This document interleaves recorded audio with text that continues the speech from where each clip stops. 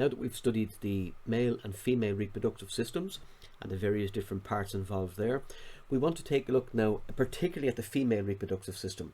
The female reproductive system, as we know, is composed of the uterus, of the vagina, and of the ovaries.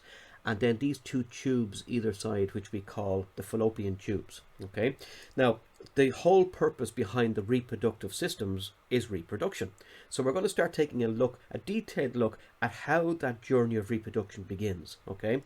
And it begins obviously with the female menstrual cycle. And the menstrual cycle is basically a routine, what would we say, cycle. Yeah, circular cycle that the human body, the female body goes through on average once every 28 days, where the womb is prepared for pregnancy. If it occurs, it stays prepared and the child develops. But if pregnancy doesn't occur, well, then it kind of cleans itself out and gets ready for the next time an egg is released. Okay, so when we're dealing with the menstrual cycle, it's key to remember the fact that it's cyclic. Okay, that it occurs on a regular kind of a pattern, and that pattern on average is probably once every 28 days. So all females are born with their full complement of egg cells or gametes. Now that's incredible to think of. So when a female baby is born, she already has in her ovaries her full complement of gametes, which means, if you want to put it this way, that you were at one stage in your grandmother's body. Think about that, okay? Because when your mother was being formed in your grandmother's womb, all your mother's eggs were there, and you were one of those eggs. So therefore, there was a time in history when you were present in your grandmother's body. Evolution and reproduction is a fascinating topic, okay? And that's something that not enough people think of or know. So the three generations at one stage were together. And now we know here, you see it in this case, the ovary here with full complement of eggs, and the ovary here full complement of eggs. Now, I just want you to watch. There's a little animation over here that keeps playing. See the way the eggs leave the ovary and travel into this tube. I told you the last day that the ovary and the fallopian tube surrounds the ovary just like that, ready to catch. Okay, so a bit like what do they call that sport in American baseball, where you've got the lad over behind the batter and he's ready to catch with the big glove. Yeah, similar to that. So there's the ovary and there's the fallopian tube, and the fallopian tube, when it knows an egg is about to be released, it's all hormonally controlled. It begins to move in a little closer and it begins to waft. And what it's trying to do is, when the egg is released, it's trying to pull the egg into the fallopian tube like that, so the egg can start its journey down through the fallopian tube towards the uterus. From puberty to menopause, an egg is released from one ovary on average every 28 days. Now, so a female is born with her full complement of eggs in both ovaries, but they sit there until puberty. And if you remember what puberty was, it's that time when the pituitary gland sends a message to the ovaries or to the testes to release, if it's a female, to release estrogen, and if it's a male, to release testosterone. And that's when the body begins to change, the sex organs begin to mature, so that reproduction can take place if needs be. Okay, so from that moment of puberty, that's when the eggs start to develop. And from there until menopause, we have a situation where an egg is released from either ovary on average once every 28 days. And they alternate. So the left ovary this month, the right ovary next month, the left ovary the month after. Okay? If it is not fertilized, so this is like that pops out here. If that pops out and journeys all the way down here and it's not fertilized, it simply moves out of the body. Okay? But not only does it move out of the body, all the preparation that was done here to catch the egg, should it be fertilized, catch the zygote, or in this case the embryo, if it was to catch it, then it would stay ready and stay prepared. But if it's a case that the egg passes out down through the body and there's no pregnancy, well, then all that preparatory work has to be discarded. Okay, and it's discarded, as we say, as a flow of blood from the uterus out through the vagina once every 28 days on average, which we call a period, or the menstrual cycle. So here it is, and this is where we're going to break it up into significant events. Okay, now some people will say, well, when is day one of the menstrual cycle? When does it begin? How do I know? Is it on ovulation? Is it when the egg is released? Or when does it happen? The answer is no. Day one is when the womb lining breaks down and starts to appear as a flow of blood. So when you get that menstrual flow of blood, that is when day 1 takes place, okay? And from there, we basically count the number of days, which is normally on average around 28 days, until we get another flow of blood. So what happens is, there's day 1, okay, up here. The womb lining breaks down, because pregnancy hasn't occurred, so the womb lining is not needed to nourish an embryo, because the embryo is not there, and it's passed out down through the body, down through the cervix, which is the opening to the womb, and out through the vagina, okay? That's day number 1. Between that and day 5, we get a complete clear out of the uterus. So the uterus basically clears itself out, gets rid of all that preparatory extra womb lining that was present, and passes it out in the body as a flow of blood. So the lining of the uterus breaks down, passes out with some blood through the vagina. This is called menstruation. Now that's the proper scientific term, menstruation, or people simply say having a period. A new egg begins to mature in the ovary. So on day 1, 2 things happen.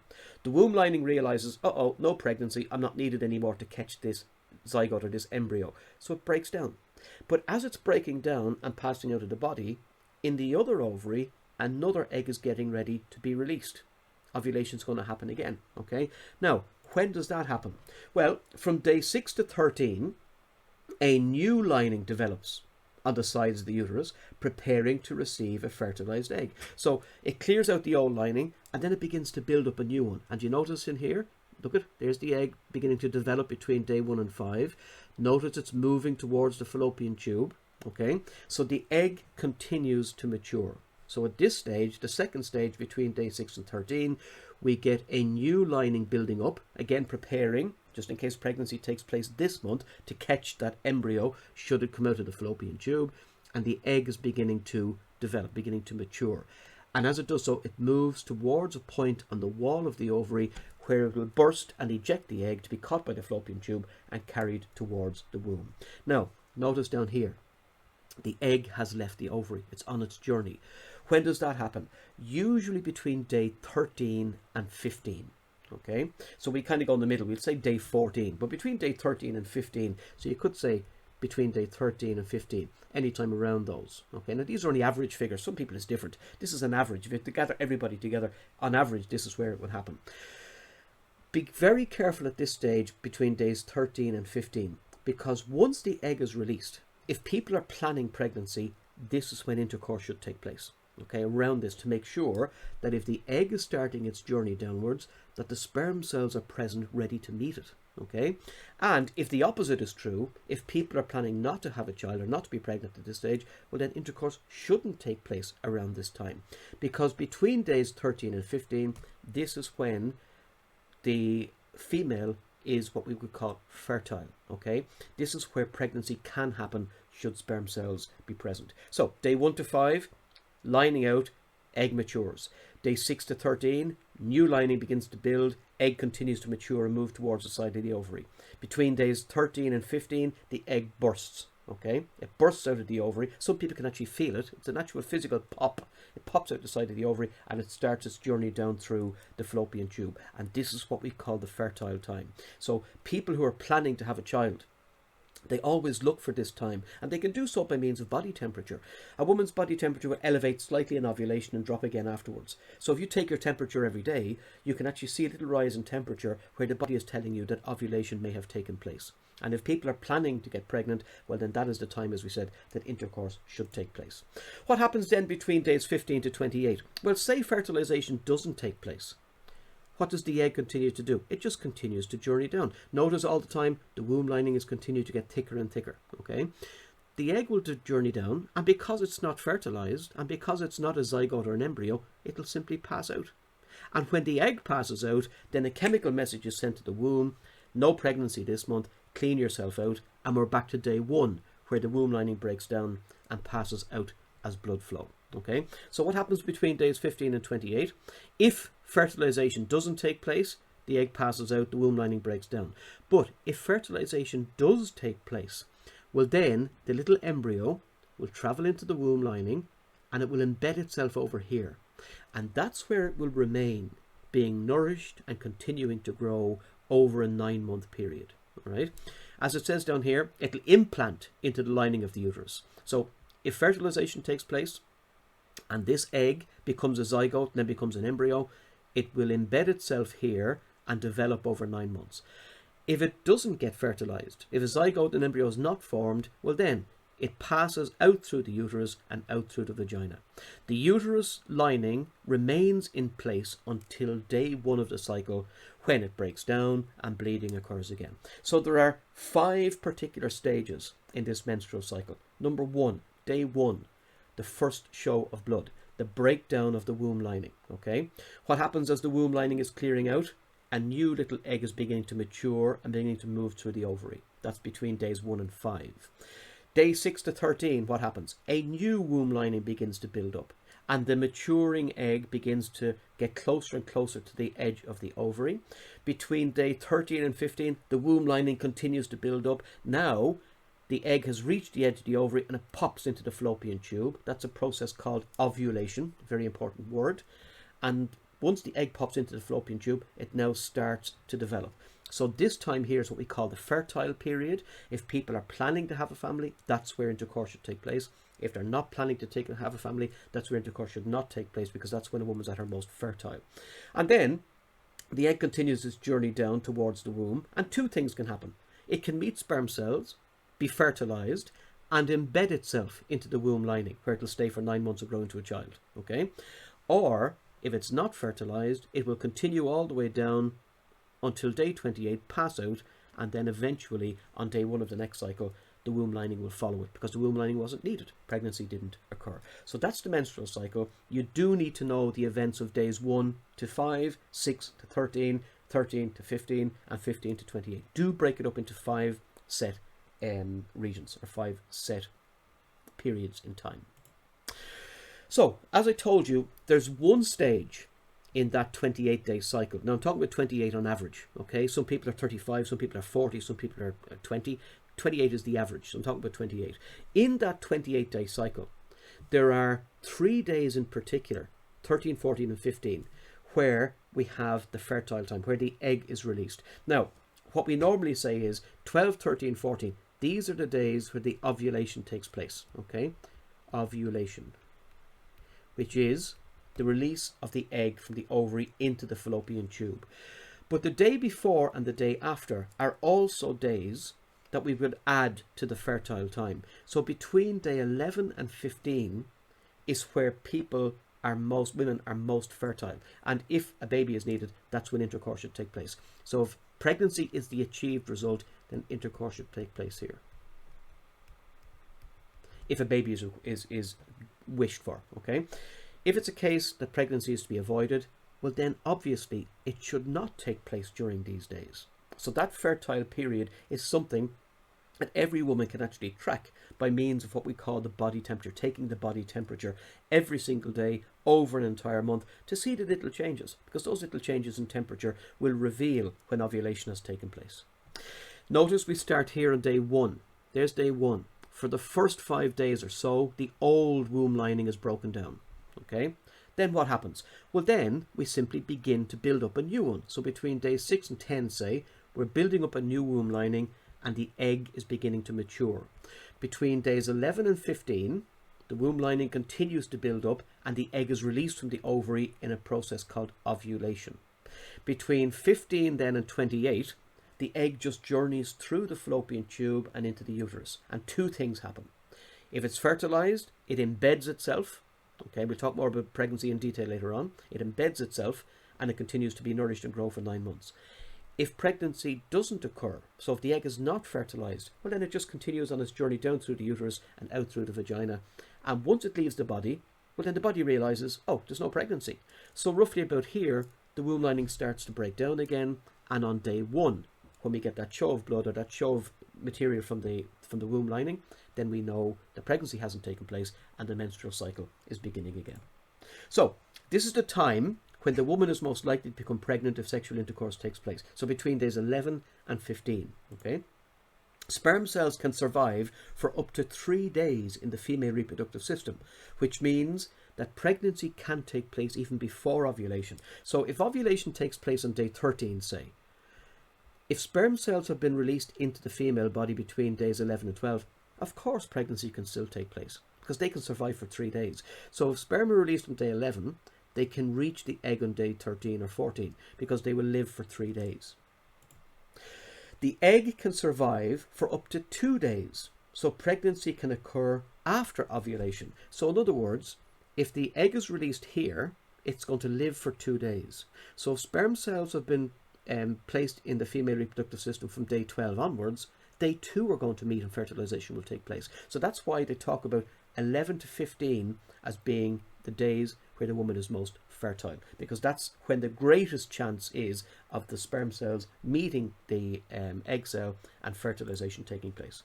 Therefore, the fertile period runs from day 11 to day 16 in the menstrual cycle. If pregnancy is to be avoided, then sexual intercourse must be avoided at this time. To know one's menstrual cycle well, one must study it seriously and carefully, as all menstrual cycles are different and can change because of stress or illness, etc. Now, some people will say that when they get very stressed out or very sick, that the menstrual cycle disappears and periods can be skipped. Okay, and that happens. That's the body's response to stress. It's already stressed out, it's already sick, it doesn't want to put itself through any more difficulty, so it can actually skip a period, and people can skip periods in response to stress and in response to illness. Okay, but usually on the average it's a 28-day cycle where between days 11 and 15 the woman is at her most fertile. Now, to know one's menstrual cycle well, look, it's a scientific exercise. It's not something that you kind of think you know. You have to study this well. Temperature has to be taken very, very religiously. All right. Patterns have to be built up. It's not just enough to do it over 1 month. Women who are using what we would call a natural cycle of trying to get pregnant or avoid pregnancy will watch how the body is responding in terms of temperature over a number of months, so they get an idea from the pattern as to when ovulation can take place. So look, if you're studying it, it's a science. Okay, it's a science, and you've got to study it seriously and carefully. All right. So, sexual intercourse obviously is the way by which the sperm cells, which are here in the testes, made in the testes, are delivered via this, what we said, sperm duct, into the vagina of the female. And notice that the sperm cells are delivered here, right at the mouth of the womb, what we call the cervix, C-E-R-V-I-X. So they're delivered here, okay, and then they begin their journey up into the womb, up into the fallopian tube, where, if the egg is present, fertilization will take place. It's also called copulation. The erect penis is placed into the vagina, and then movements of the penis in the vagina will cause the release of semen. And don't forget what semen is. Semen is 2 things. It's seminal fluid and sperm cells. Those sperm cells are on a big journey. They need to be nourished, they need to be fed, and that's what the seminal fluid does. It nourishes the sperm cells as they make their way towards the egg, should it be there in the fallopian tube. So, what's the journey of the sperm cells? Now that they've been released at the cervix, and the cervix is an important word because it's the opening to the uterus, what is their journey? Millions of sperm cells are released near the cervix and they enter the womb. Now remember I told you before, they're like little tadpoles. They're kind of like that. There's where all the nuclear information is from the dad, and there's a little tail that'll push it up towards the egg. So they're motile. There they are. See that? There's a load of them. So they begin to swim. And where do they swim to? Well, they journey up through the uterus and into the fallopian tubes. If there is no egg present in the fallopian tubes, they'll simply die. So their journey was in essence in vain. There's nothing there to fertilize. So they'll simply die away. But if it is a case that the egg cell is there, fertilization will take place. And the only way that the egg cell will be in the fallopian tube is by its release from an ovary, which we call ovulation. Now, to take a look at this carefully, there's the ovary and there's the egg cell. Okay, the egg cell moves towards the edge of the ovary, and when it does so, it actually blends. Let me just take these out here. It blends. So you get it like this. There's the ovary, and you get a situation like this where it actually pops and it throws the egg out. Okay, now around that you've got all these finger-like projections like this. There's the fallopian tube, and it's going to simply catch the egg cell and carry the egg cell away. Remember that the fallopian tube has loads of little hairs inside that will waft the egg around and carry it up towards the uterus, and if there's sperm cells present, fertilization will take place there. Now there's a load of videos in these slides that I do want you to watch. because they will definitely help you to understand the journey. You'll be able to see what's going on rather than just hear about it. Okay, so the ovary releases an egg, on average once every 28 days, from left and then from the right, in a process called ovulation. The egg then enters the fallopian tube and is pushed along by tiny hairs towards the uterus. If sperm cells are present in the fallopian tube at the same time, fertilization takes place. Now again, what do we mean by fertilization? 23 chromosomes in the sperm cell, there it is there. 23 chromosomes in the egg. When they fuse together, you get a zygote with 46 chromosomes, and that zygote begins to grow and develop and split and develop loads of cells, and eventually it'll become an embryo, which will then become a baby, and which will then become a unique individual when it passes out of the mother's body and it begins its own independent existence in the world. So, fertilization, we've already studied this. It's the meeting of one gamete with another gamete. Okay, this occurs when the nucleus of an egg cell, something similar to this, and the nucleus of a sperm cell, something similar to this, little tail on it like that, fuse together. The immediate result of the fertilization of a single cell is called a zygote, and the zygote will undergo many divisions to become an embryo. So there we go. Okay, so when these two meet, what happens? There's the egg, there's the sperm, they meet, they fuse, and you get division into an embryo. See that? Pop side of the ovary, egg out, sperm cells meet, fusion, fertilization, zygote formation, an embryo. See them all in there? Fertilization, zygote, embryo, etc. So you have all the stages there. Ovulation, fertilization, zygote formation, and embryo. So keep those. Just keep watching that. Ovulation, fertilization, zygote formation, embryo formation. So that little diagram there shows you exactly what happens. And notice, by the way, that the ovary itself actually ruptures. Watch. Let's go back to the beginning. It ruptures. It pops. Pushes out the egg into the fallopian tube, and then the sperm cells meet it. They fertilize, the zygote and the embryo are formed. Okay, so now I'm going to ask you to go through these two quizzes, the functions of the female reproductive system and the female reproductive system quiz, just to bring you through the menstrual cycle, to get an idea that the menstrual cycle is a cyclic event, okay, that occurs on average once every 28 days. And I did tell you before, there was something else that happens once every 28 days. Remember we were doing earth science, we spoke about the moon around the earth? That's once every 28 days. So could there be a link between the lunar cycle and the menstrual cycle? Perhaps there was, perhaps there is, perhaps it's nature that dictates the whole thing. Anyway, it's unusual that the moon goes around the earth once every 28 days and the menstrual cycle on average is one every 28 days. Maybe there's a link. You can look it up yourselves and see. I haven't got time for that now, but do a bit of research maybe and see if there's any link between the two. So have a look at these two sets of questions here. Both links, obviously not in the video, but they are on the slides that I've put up on Google Classroom. So you've got to get into the slides, find this slide here, click on both of those to bring you to both of these exercises. One is the functions of the female reproductive system, and the other one then is the female reproductive system quiz, which brings in questions about the menstrual cycle and so on. Okay, and when we're finished these, then we'll move on to the last part of this section, which is obviously the development of the child in the womb, birth, and then from the moment of birth, cutting the umbilical cord and watching that child grow from a child to puberty, from puberty to an adult, and then the whole process begins again.